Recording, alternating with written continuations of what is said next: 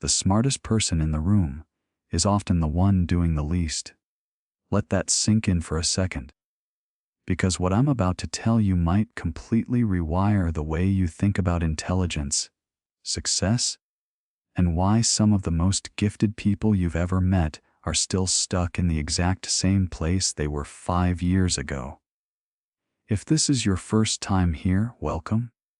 I make videos about the psychology of success, the hidden patterns behind human behavior, and the stories nobody talks about at dinner tables, but everybody needs to hear.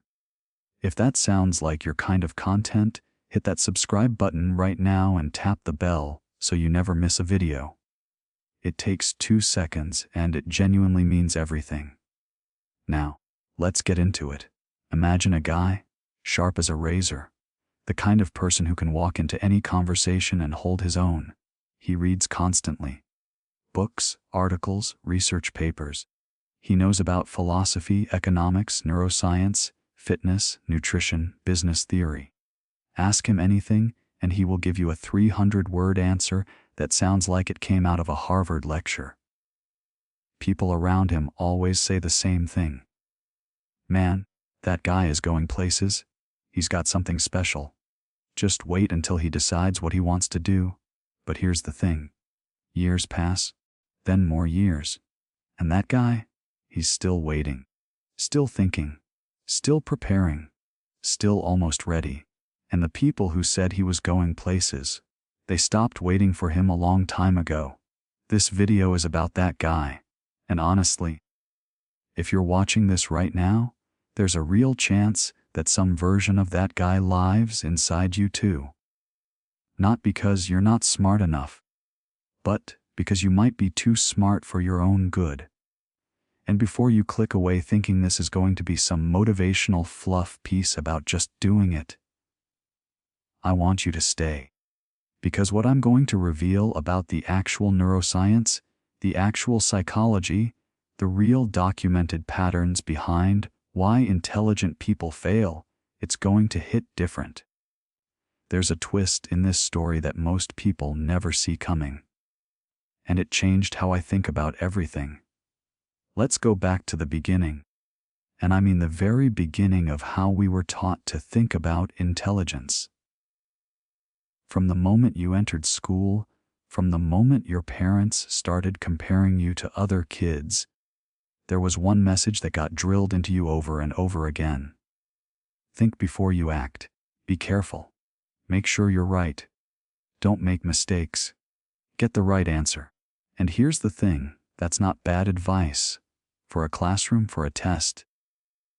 For a controlled environment where there's always one correct answer, and someone at the front of the room will grade your paper when you're done. That kind of thinking works perfectly. But life, real life, does not have a grading rubric. Real life is messy, unpredictable, and brutal to the person waiting for the perfect answer. And nobody told you that. Nobody sat you down and said, hey, everything you're learning about how to think right now, it's going to become a trap the moment you leave this building. So what happens? You grow up, you get smart. You learn how to analyze things deeply. You learn how to spot problems, anticipate consequences, calculate risks. And those are genuinely incredible skills. I'm not here to tell you that thinking is bad. Thinking is powerful. But there's a threshold. There's a line that, once crossed, turns your greatest strength into your biggest enemy. And the terrifying part is, the smarter you are, the closer you are to that line without even knowing it. Here's the first thing I need you to understand. And this is where it starts getting real. There is a psychological phenomenon that researchers have been documenting for decades now. It's called analysis paralysis. And you've probably heard the term thrown around casually. But I want you to understand what it actually looks like at the neurological level, because it's genuinely unsettling.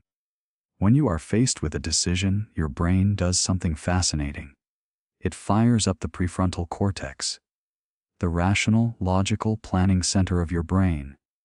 And in most situations, This is exactly what you want. Your brain starts weighing options, calculating probabilities, mapping out scenarios. It's running simulations of possible futures, multiple versions of what could happen based on different choices. And for a person of average intelligence, this process happens relatively quickly. The brain runs a few simulations, picks the best-looking option and commits. Decision made, move on. But for highly intelligent people, something different happens, and this is what nobody talks about. The more intelligent you are, the more simulations your brain can run. The more variables it can hold in mind at once. The more potential outcomes it can model. Sounds incredible, right? That should be a massive advantage, and in some contexts it absolutely is. But in the context of making real-world decisions with real stakes and real deadlines, running more simulations doesn't lead to better decisions. It leads to more doubt. Because the more futures you can model, the more ways you can see things going wrong. A person of average intelligence might see 2 or 3 possible bad outcomes.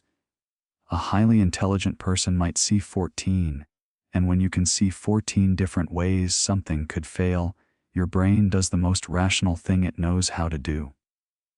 It slows down. It waits. It says, let's just think about this a little more.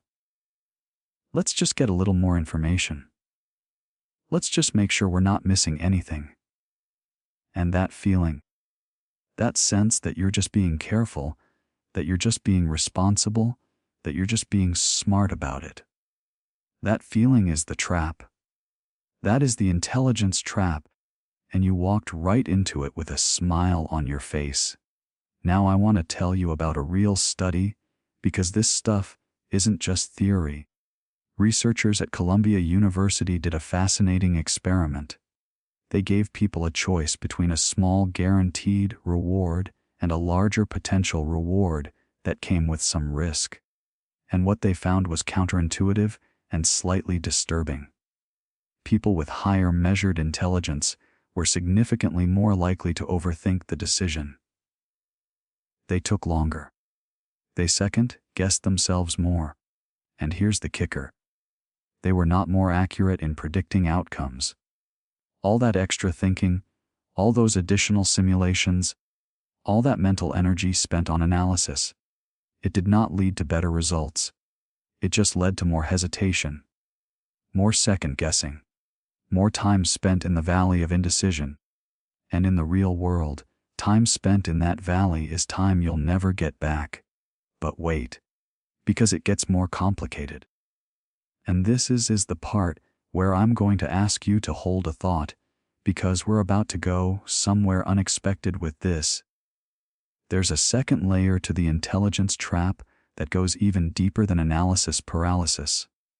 And it has to do with something that psychologists call the planning fallacy combined with a very specific kind of identity protection that high intelligence people engage in without ever realizing it. Here's what I mean. When you're known as the smart one, when that's been your identity since childhood, there's something deeply terrifying about taking action, because action produces results, and results can be evaluated, and evaluation creates the possibility of failure. And failure, for someone whose entire identity is built on being intelligent, feels existential. It doesn't just feel like you failed at a task. It feels like evidence that you're not actually as smart as everyone thought. That you don't actually have it figured out. That the image you've been projecting, the image people have been reflecting back to you your whole life, might be a lie. So unconsciously, without even being aware of it, highly intelligent people develop a very sophisticated defense mechanism. They stay in planning mode. Permanently. Because as long as you never fully launch, as long as you're always in the preparation phase, always in the research phase, always almost ready but not quite, you can never truly fail. You can't get a bad grade on a test you never took, and your intelligence, your identity, Your sense of self remains perfectly intact and perfectly untested, safe behind the wall of potential that nobody can ever pierce because you never gave them the opportunity. This is what I call the fortress of potential, and it is one of the most psychologically seductive traps a human being can fall into. Because it feels like wisdom. It feels like discipline. It feels like you're being smart and strategic. But what it actually is, stripped down to its raw core, is fear. Fear wearing the costume of intelligence. And here's the brutal truth that very few people will say out loud. A lot of the smartest people you know, the ones who always seem like they're on the verge of something great, they're not preparing. They're hiding. Now I want to slow down here, because I know some of you are feeling this in your chest right now. Maybe you've been working on something for 2 years that should have launched in 6 months. Maybe there's a business idea that's been living in a notes app on your phone since 2019. Maybe you've been saying you're going to start the channel, start the brand, start the book, start the conversation, start the workout program, start the relationship. Start the thing, and you have reasons. Good reasons. Smart reasons. You're waiting for the right moment, the right resources, the right knowledge base, the right conditions. And from the outside, those reasons look completely legitimate. They sound mature. They sound responsible. They sound like something a thoughtful person would say. But I need you to hear this next thing very carefully, because it might be the most important sentence in this entire video. The right conditions will never come. They don't exist. They have never existed for anyone who has ever built anything worth building. Not for Elon Musk when he started SpaceX with a budget that experts told him was laughably insufficient. Not for J.K. Rowling when she was writing Harry Potter on napkins while struggling as a single mother. Not for the guys who started Apple in a garage or the guy who launched Amazon from a tiny office with a handful of people who thought they were working on a quirky little bookstore.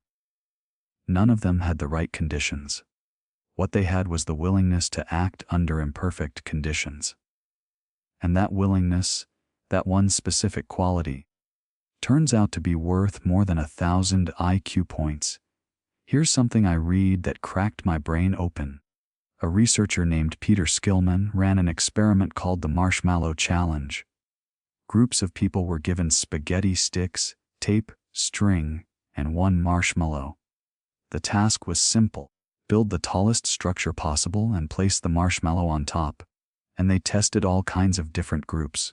Business school graduates, CEOs, lawyers, engineers, and kindergartners. And you can probably guess where this is going, but the magnitude of the difference will still surprise you. Kindergartners consistently, not sometimes, consistently outperformed recent MBA graduates. Now, how on earth is that possible? MBA graduates are intelligent, educated, analytically trained professionals. And 5-year-olds with no business training are beating them at a structural engineering challenge. The answer is profound, and it's exactly what this video is about. MBA graduates spend most of their time in the planning phase. They discuss, they negotiate, they delegate roles.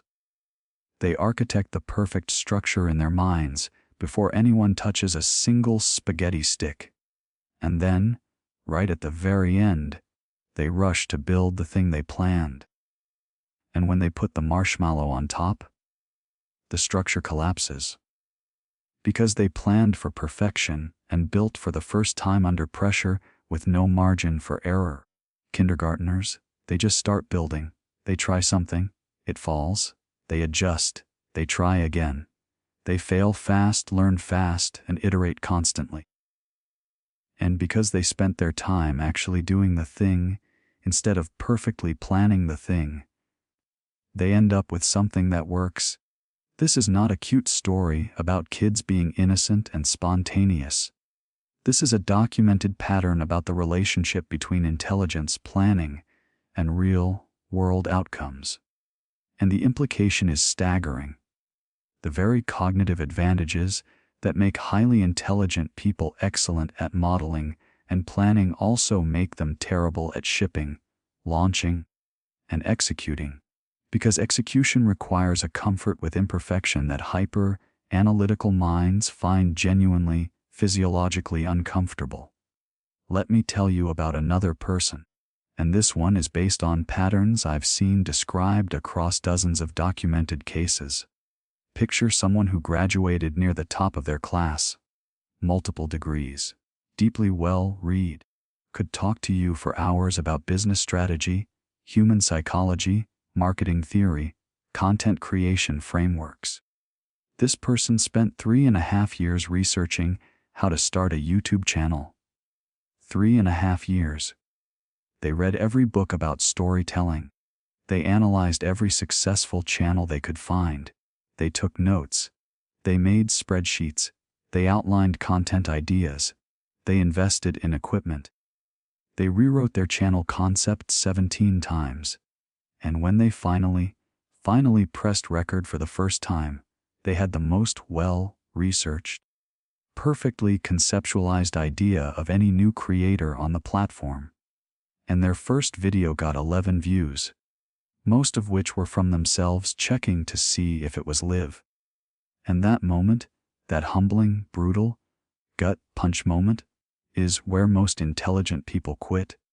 Because the data they had consumed led them to believe that quality would be recognized, that the market would reward preparation, that all those hours of research would translate into a head start. But the YouTube algorithm, like life itself, doesn't care about your research. It cares about your output. It cares about your consistency. It cares about your willingness to show up imperfectly over and over again until you figure out what actually resonates. The person who pressed record with a phone camera and zero preparation 6 months earlier, and who made terrible, awkward, cringe-worthy videos every single week. That person has 6,000 subscribers and a growing channel by the time our brilliant researcher posts their first video. And here's the twist that I promised you earlier. The one that changes everything. Because I don't want you to walk away from this video thinking the lesson is just do stuff and don't think. That would be too simple. And frankly, it would be wrong. The real insight, the thing that took me a long time to understand, and that I think represents a genuine evolution in how we think about success and intelligence, is this. The problem is not intelligence. The problem is where you apply it. There is a fundamentally different way to use your analytical ability. Instead of applying it before action, you apply it after. You stop using intelligence as a prerequisite for starting, and you start using it as a tool for refining. This is what researchers call the iterative model of intelligent action. And it's what separates people who succeed, despite being incredibly smart, from people who fail because of it. Here is what that looks like in practice. Instead of thinking for 6 months before you start in 6 days. You build the rough version. You ship the imperfect thing. You launch the incomplete idea. And then, and this is where your intelligence becomes the most powerful thing in the room, you use your analytical ability to dissect what happened.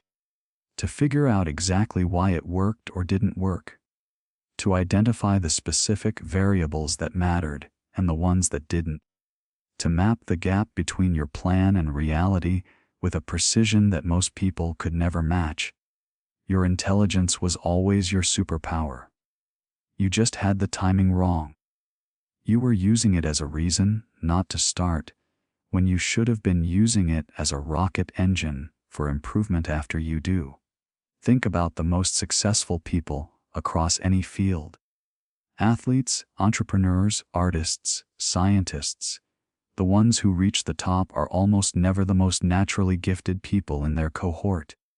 They're the ones who built feedback loops the fastest, They're the ones who took more reps, made more mistakes, gathered more real-world data, and used their cognitive ability to extract lessons from that data at a speed their competitors couldn't match. Michael Jordan was cut from his high school basketball team. He wasn't the most talented player in his city. What he was the most obsessive at turning failure into instruction. Jeff Bezos has said repeatedly that at Amazon they try to be the best in the world at failure. Not because failure is the goal, but because failing fast and learning fast is the most reliable engine of long-term success ever discovered. The intelligence trap convinces you that you can think your way to the same destination without taking the same journey. It tells you that your analytical ability is a shortcut, that you can model enough scenarios in your head that you don't need to experience them in the real world. But this is a lie. A seductive, comfortable, identity-protecting lie. Because the lessons that come from real-world experience cannot be replicated in your imagination, no matter how powerful that imagination is. Reality has variables that no mental model can fully account for. And the person who faces those variables firsthand, who gets hit by them, who adapts to them, who builds calluses from repeated contact with them, that person develops a kind of practical wisdom that no amount of pre-action thinking can produce. There's a word for this. It's a word that the philosopher Nassim Nicholas Taleb uses a lot. Anti-fragility. The idea that certain systems don't just survive stress and pressure. They actually get stronger because of it. Human muscles are antifragile. Stress them, and they rebuild stronger. Immune systems are antifragile. Expose them to challenge, and they develop resilience. And as it turns out, your ability to perform in the real world is deeply antifragile. Every imperfect launch, every awkward first attempt, every failure that you face and survive makes you more capable, more calibrated, more resilient than 1,000 hours of preparation ever could. But here's the catch. Antifragility only activates when you expose yourself to the stress. You cannot get stronger by studying what lifting weights does to muscles. You have to actually pick up the weight. So let me ask you something directly. And I want you to genuinely sit with this question for a moment. What is the thing that you've been thinking about starting, but haven't? What is the project, the business, the creative work, the conversation, the relationship, the life change that has been living in your head for months, or maybe years now? Fully thought out, perfectly planned, patiently waiting for the moment that feels right? And more importantly, what is the real reason you haven't started yet? Not the reason you tell other people. Not the smart-sounding reason about timing and resources and preparation. The real reason. The one that lives underneath all the analysis. The one that shows up at 3 in the morning and sounds less like strategy and more like fear. Because here's what I've come to believe after going deep on this topic. Overthinking is almost never about the thing you're overthinking. It's almost never actually about whether the business plan is solid enough, or whether the market conditions are right, or whether you have enough knowledge, or enough resources, or enough of whatever thing you're telling yourself you need more of. Overthinking is a symptom. It's a symptom of a deeper fear. The fear of being seen trying and failing. The fear of being evaluated and found wanting. The fear that if you put your real effort into something, and it doesn't work, you'll have to face a conclusion about yourself that you've been successfully avoiding by staying in the planning phase. That maybe you're not as exceptional as the story you've been telling about yourself. And I say this with complete compassion and zero judgment, because I have lived in this trap. I know exactly what the inside of it looks like. The comfort of the research phase, the feeling of productive momentum that comes from planning without the vulnerability of actually trying. the way intelligence can become a very convincing cage. And escaping it required me to come to terms with something deeply uncomfortable. That the risk of trying and failing is infinitely smaller than the cost of never trying at all. That a life spent in permanent preparation is not a safe life. It's a wasted one. And that the potential you're protecting by never testing it means nothing. Potential unrealized is indistinguishable from potential that never existed. Now I want to give you something concrete before we get to the end of this. Because I don't want this to just be an interesting story you watched once and forgot. I want you to take something from this. So here it is. The two-word solution that I have seen transform the thinking of people stuck in the intelligence trap. Ready? It's this: minimum viable. Not minimum viable product, specifically, though that applies. I mean minimum viable everything. Minimum viable start. Minimum viable attempt. Minimum viable version of the thing you've been waiting to be perfect before you launch it into the world. What is the smallest, simplest, most imperfect version of the thing you want to do that you could actually execute in the next 72 hours? Not the full plan. Not the finished product. Not the version you'd be proud to show your most successful friend. The rough draft. The proof of concept. The first rep. The terrible first chapter. The awkward introductory conversation. The incomplete business registration. The basic website that makes you cringe a little to look at. Whatever it is, that minimum viable version exists. And the moment you execute it, the moment you take that first real world action, you do three things simultaneously that no amount of additional planning could ever do for you. First, you break the loop. The overthinking loop has a very specific weakness. It needs stasis to survive. It needs you to stay in your head, in your notes, in your planning documents. The moment you take action, real external action, you disrupt the loop. You force yourself into a feedback relationship with reality, and your brain, your incredible, analytical, simulation, running brain, suddenly has something real to work with. Real data, real responses, real consequences. And that is when your intelligence stops being a trap and starts being an engine. Second, you build evidence that you are someone who does things. And this matters more than most people understand, because identity drives behavior. If your identity is still primarily built around being someone who is smart and well prepared and thoughtful, then every day you delay action is consistent with that identity. But the moment you act, even imperfectly, you start to build a second identity.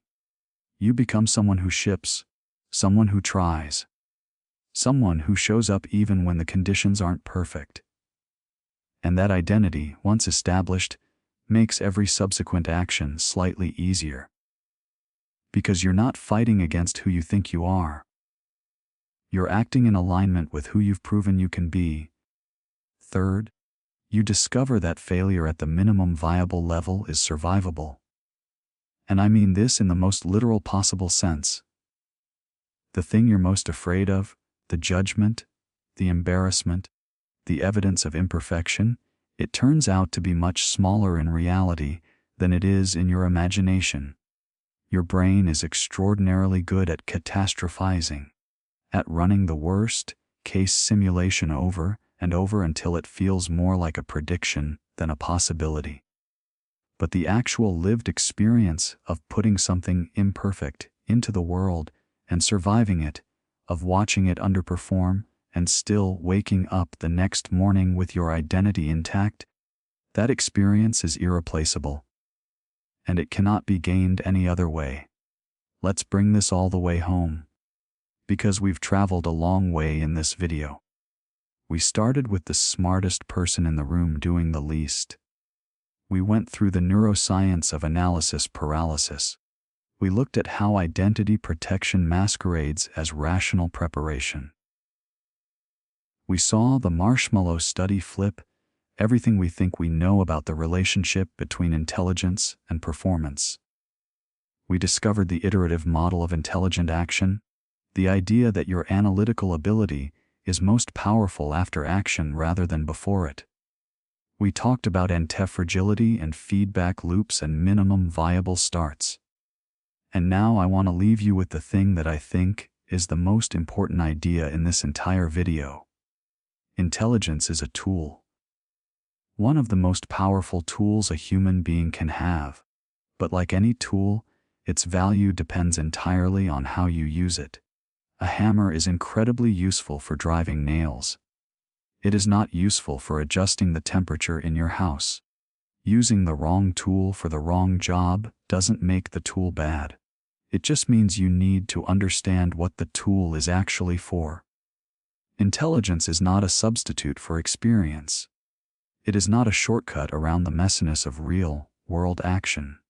It is not a guarantee of success, and it is not a protection against failure. What intelligence actually is, its real and deepest function, is a learning accelerator. And learning requires experience. It requires raw material to work with. It requires the friction of reality, the unpredictability of actual outcomes, the surprise of discovering that the world is more complicated than your models predicted. Feed your intelligence experience, and it becomes the most powerful force in your life. Starve your intelligence by keeping it permanently in the planning phase, and it becomes the thing that holds you back more than any external obstacle ever could. The smartest people who have ever lived, the ones who actually changed something, actually built something, actually moved the needle in any meaningful direction, they were not the ones who thought the longest or planned the most perfectly. They were the ones who had the courage to be imperfect in public. The courage to start before they were ready. The courage to fail at version 1 so they could get to version 10.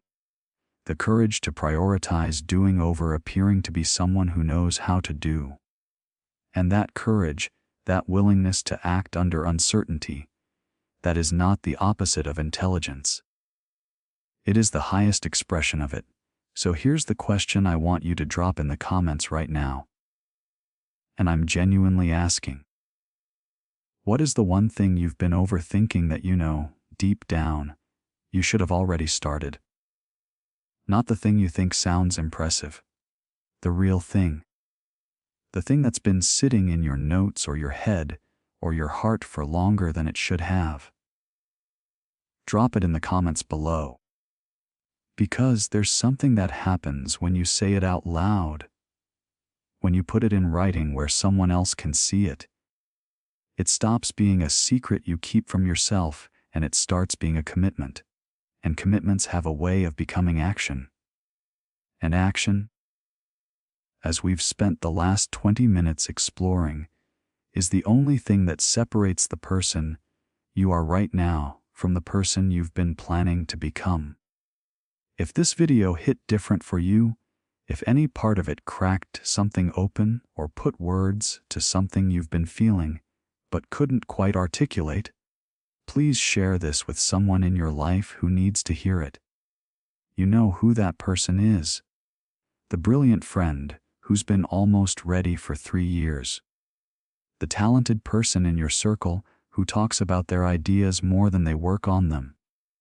The smart one who somehow keeps ending up in the same place. Send this to them. Not to embarrass them, not to call them out, but because sometimes the most valuable thing someone can give us is the mirror we've been avoiding. And if you're new here and you made it all the way to the end of this video, first of all, respect. Second of all, subscribe right now because what we do on this channel is go deep on exactly these kinds of ideas. The psychology of performance. The hidden patterns behind why people succeed and fail. The stories and science that nobody's putting together the way we put them together here. Hit the subscribe button. Tap the bell. And I will see you in the next one. Because the only thing worse than never starting is finally understanding why you didn't and then still not starting. You already have the intelligence. Now all that's left is the decision.